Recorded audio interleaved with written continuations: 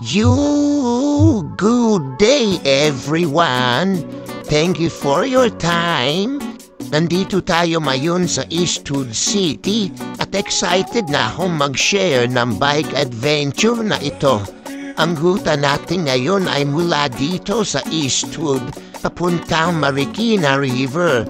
Makakasama ko kayo sa relaxing ride na ito.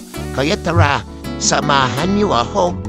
Dito, makikita natin ang mga modernong buildings at maluwag na kalsada. Pero hindi rin mawawala ang disgrasya. Kaya importante, laging mag-ingat at maging alerto sa daan.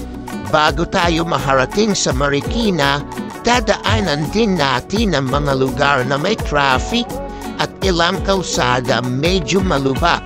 Ayan, tumandaan na tayo sa Libis, isa sa mga busy na lugar sa Quezon City. Kung dito kayo dumadaan, talagang kailangan ng patience kasi traffic is always present, lalo na sa peak hours. Alam naman natin na ang biking ay isang form of therapy, kaya kahit medyo nakakapagod, padyak lang. Isa sa mga magandang bahagi ng biking ay kahit sa busy na kalsada, nakakakita tayo ng mga ibang bikers. Ang dami na mga kasamahan natin sa kalsada, mga commuters at mga taong nag-e-exercise. Nakapasok na tayo sa boundary ng Marikina. Kung makikita ninyo, unti-unti nang humuhupa ang traffic at napapalitan ito ng mas tahimik na vibe.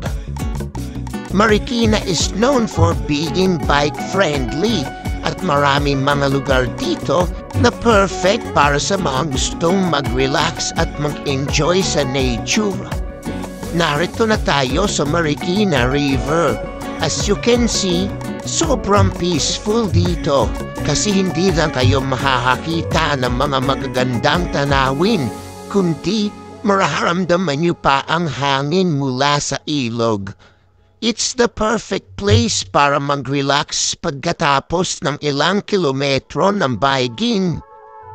Isa sa mga reason kung bakit ang Marikina River ay favorite spot ng mga bikers ay dahil sa mga bike lanes na safe at maluwag.